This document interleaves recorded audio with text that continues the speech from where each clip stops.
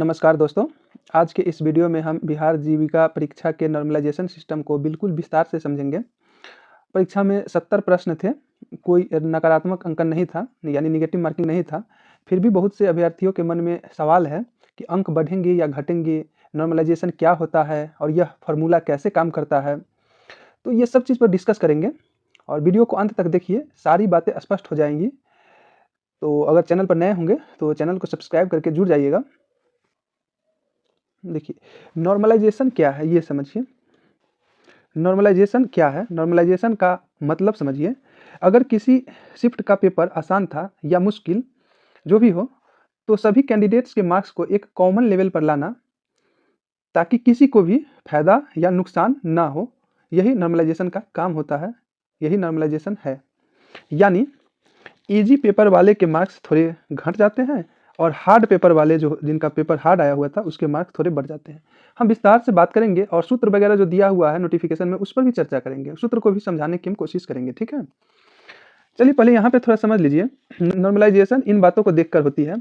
आपके सेशन का एवरेज क्या है, आपके सेशन का टॉपर जो होते हैं वो कितना नंबर तक लाए हैं, टॉप 0.1%, वो देखना पड़ता है।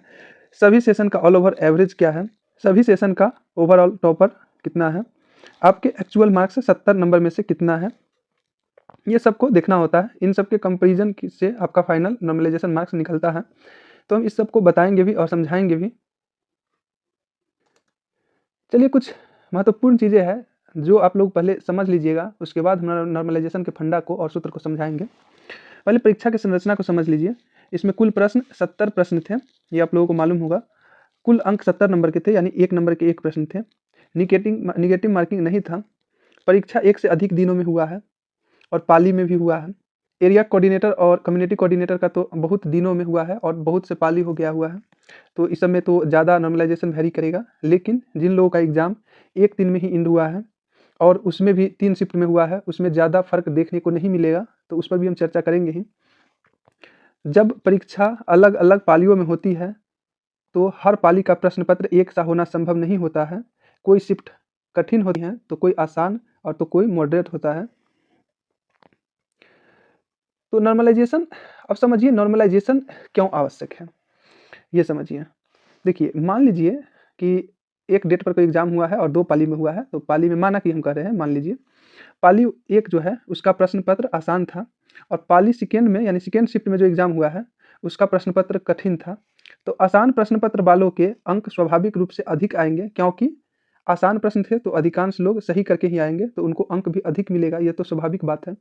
जबकि कठिन प्रश्न पत्र वालों के अंक कम प्राप्त होंगे। थोड़ा सोचने के लिए हम करें, सोचिए जरा आप लोग, क्या कठिन पाली के छात्र कमजोर है जो उनको कम नंबर यहाँ पे आ रहा है? नहीं, वो कमजोर नहीं है। उनको जो प्रश्न पत्र दिया गया वो कठिन था, जिसके कारण वो कम अंक प्राप्त कर रहे हैं।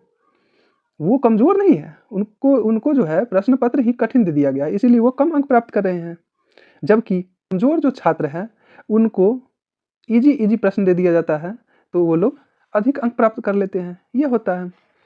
इसी असमानता सब जो है ना, इसी असमानताओं को दूर करने के लिए नॉर्मलाइजेशन की प्रक्रिया को अपनाया जाता है। नॉर्मलाइजेशन का अर्थ सीधा सादी है, सभी पालियों के अंकों को एक समान स्तर पर लाना। यानी जिस शिफ्ट में स्टूडेंट ज़्यादा अंक करके ला रहे हैं उसको कम कर देना, और जो शिफ्ट में कम अंक प्राप्त कर रहे हैं स्टूडेंट उसको बढ़ाकर बराबर कर देना, यानी समान स्तर पर ला देना। देखिए, ऑफिशियल नोटिफिकेशन में आप लोग देखे होइएगा कि आधिकारिक नॉर्मलाइजेशन का सूत्र ये है दिया हुआ, एप्लीकेबल फार्मूला फॉर नॉर्मलाइजेशन जीविका के लिए है। ठीक है, इस सूत्र को जो आप देखिएगा बहुत लोगों को समझ नहीं आता है, तो हम इसको थोड़ा आप लोगों को समझाने की कोशिश कर रहे हैं और उसके बाद समझाएंगे कितना नंबर वगैरह बढ़ेगा, इस पर भी चर्चा करेंगे हम। ठीक है, तो समझिए यहाँ जो है MIJ जो दिया हुआ है और यहाँ पे MIJ लिखा हुआ है। MIJ मतलब होता है वो वास्तविक अंक, जो आपका वास्तविक अंक है। अभ्यर्थी ने अपनी पाली में वास्तव में जितने अंक प्राप्त किए, उदाहरण के लिए 70 प्रश्न थे, उसमें से 40 प्रश्न प्राप्त किए या 45 प्रश्न, तो यहाँ पे जो है 45 या 40 अगर आपने अंक प्राप्त किए हैं तो यहाँ पे 40 लिखा जाएगा। इसी तरह से इस सूत्र को फॉर्मूला में मान को रखकर बनाया जाता है। तो MIG का मतलब हो गया कि अभ्यर्थी ने अपनी पाली में वास्तविक रूप में कितना अंक प्राप्त किया है। MIJ, देखिए ये MIJ है, इसका मतलब होता है नॉर्मलाइज्ड अंक होता है। देखिए, सूत्र लगाने के बाद मिलने वाला अंतिम अंक MIJ ये होता है, कैप MIJ। चयन इन्हीं अंकों के आधार पर होता है। ठीक है, आगे बढ़िए। MIT यहाँ पे लिखा हुआ है, MIT यहाँ पे आप देख सकते हैं, MIT या MTI वही है। ठीक है, आपकी पाली के श्रेष्ठ अंक, आपकी पाली के शीर्ष 0.1% अभ्यर्थियों का औसत, यानी आपकी पाली का सर्वोच्च प्रदर्शन स्तर क्या रहा है।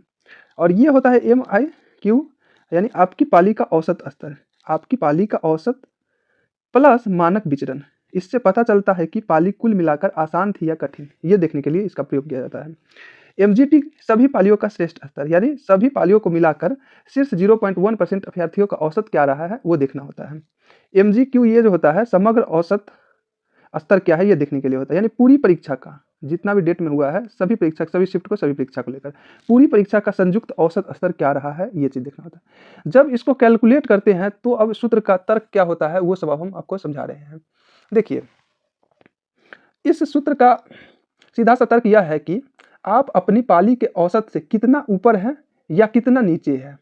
आपकी पाली पूरी परीक्षा की तुलना में आसान थी या कठिन थी, यानी आसान थी या कठिन थी, ये देखना होता है। ठीक है, यदि आपके कठिन पाली में भी औसत से अच्छा प्रदर्शन किया है तो आपके अंक जो है वो बढ़ जाएंगे। ठीक है, यदि पाली आसान थी और प्रदर्शन औसत के आसपास है तो अंक थोड़े घट जाएंगे, थोड़ा डाउन हो जाएगा। ठीक है, थोड़ा डाउन हो जाएगा। चलिए अब इसको हम उदाहरण से समझाते हैं आपको। देखिए, आपके वास्तविक अंक मान के चलिए 70 प्रश्न में 42 आया है। ठीक है, वास्तविक अंक आपको प्राप्त हुआ है। आपकी पाली कठिन थी, यानी आपके शिफ्ट में, जिस शिफ्ट में आपका एग्जाम हुआ है वो कठिन प्रश्न पत्र उसमें आया हुआ था। आप अपनी पाली के औसत से काफ़ी ऊपर थे, तो नॉर्मलाइजेशन इस अभ्यर्थियों ने कठिन प्रश्न पत्र में अच्छा प्रदर्शन किया है, तो अंतिम अंक जो है वो 42 से बढ़कर 44 से 46 हो जाएंगे। यदि प्रश्न पत्र आसान होता तो 42 अंक से डाउन होकर 38 से 40 पर आ जाता है, यानी कि कुछ कम हो जाता है। ठीक है, देखिए अंक कितना बढ़ या घट सकता है, आपके एग्जाम हुआ है और उसमें नॉर्मलाइजेशन से कितना अंक बढ़ सकता है आपको और कितना घट सकता है, अब ये समझिए।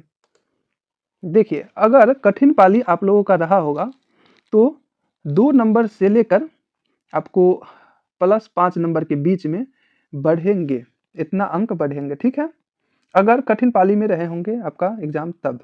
अगर आसान पाली में आपका एग्जाम रहा होगा तो आपको 2 नंबर से लेकर और 5 नंबर अंक के बीच में, या नंबर कह ले, तो इसके बीच में अंक आपके घट भी सकते हैं।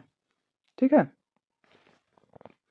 देखिए अब बहुत लोग कहते हैं कि जो 10 नंबर 15 नंबर भी, बहुत यूट्यूबर लोग बताते हैं, टीचर लोग भी वेरी करेगा, 10-15 नंबर भी नॉर्मलाइजेशन में मिलेगा, तो ऐसा कभी नहीं मिलेगा। ठीक है, कभी नहीं मिलेगा, 10 से 15 नंबर कभी नहीं आएगा आपको। जब नॉर्मलाइजेशन के बाद मार्क्स आ जाएगा आप कमेंट यहाँ कीजिएगा, किसी का 10 से 15 नंबर नहीं बढ़ने वाला है।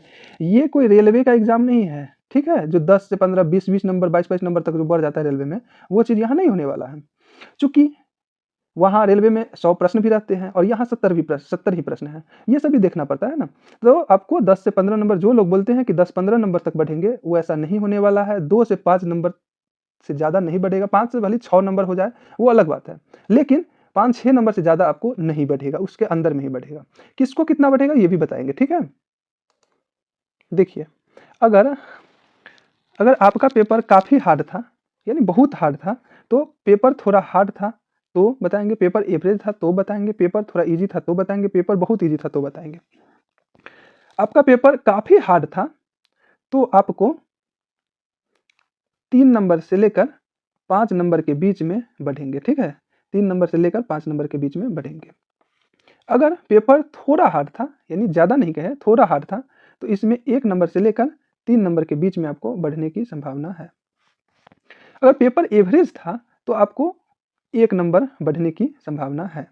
पेपर थोड़ा इजी था तो अगर -1 से लेकर और -3 अंक तक कम होंगे। अगर पेपर बहुत ही इजी आया हुआ था तो 3 नंबर से लेकर 5 नंबर तक घट भी सकते हैं और घटेंगे भी। ठीक है, देखने को आपको मिल जाएगा, ऐसा ही सेम मिलेगा जो हम बता रहे हैं।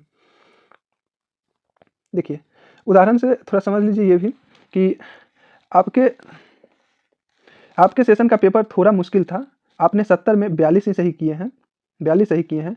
इजी सेशन में एवरेज ज़्यादा है, ज़्यादा गया, अगर इजी सेशन में एवरेज ज़्यादा गया, हार्ड सेशन में एवरेज कम रहा, तब नॉर्मलाइजेशन के बाद आपके 42 नंबर जो आप बनाए थे वो बढ़कर 45 से 46 तक हो जाएंगे। ऊपर भी हम बताए थे। अगर आपका पेपर इजी रहता है तो आपको 42 से घटकर 40 से 41 भी हो सकता है। दोस्तों देखिए, समझिए निष्कर्ष की बात। नॉर्मलाइजेशन जो है वो कोई धोखा या घोटाला नहीं है।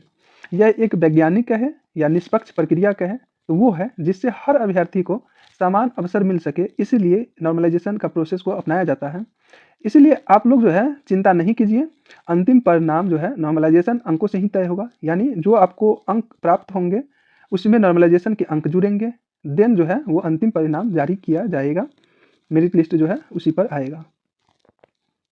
यानी कि रो स्कोर और प्लस में नॉर्मलाइजेशन स्कोर दोनों को ऐड करके ही आपका मेरिट लिस्ट में नाम आएगा या मेरिट लिस्ट बनेगा। ठीक है, तो आप समझिए कि जो लोग एग्जाम में 70 क्वेश्चन थे, ये तो आप लोग जानते हैं, जो लोग एग्जाम में 50 क्वेश्चन सही करके आए होंगे 70 में, तो उनको जो है अगर हार्ड रहा होगा तो इनको यहाँ से 2 नंबर से लेकर कम से कम 5 नंबर के बीच में बढ़ जाएंगे, तो इनको समझिए 55 के आसपास इनका स्कोर आ जाएगा। ठीक है, जो लोग मान के चलिए जो लोग 58 भी किए होंगे उनका 2 से 5 नंबर के बीच में कम भी सकता है, तो इनका जो है 55 के आसपास आ सकता है। तो समझ गए, 50 नंबर जो है तो भी नहीं घबराए, क्योंकि इनका भी बढ़कर 55 हो सकता है और मेरिट लिस्ट में नाम देखने को मिल सकता है। अगर 58 है तो ये ना समझे कि उसको 58 मिला है, उसका भी शिफ्ट इजी रहा होगा, इसीलिए 58 वो अटैम्प्ट करके आ रहा होगा, तो उसका कम हो जाएगा और वो भी 55 आ जाएगा और उसका भी सिलेक्शन हो जाएगा। इसलिए आप लोग घबराइए नहीं, आपका कम नंबर भी है तो भी नॉर्मलाइजेशन के साथ बढ़ जाएगा और सिलेक्शन हो सकता है। ठीक है, तो हम आशा करते हैं नॉर्मलाइजेशन का प्रोसेस समझाने की कोशिश किए और समझे भी होंगे आप लोग। यदि यह वीडियो उपयोगी लगा हो तो कृपया लाइक करें, साझा करें और चैनल को सब्सक्राइब जरूर करें।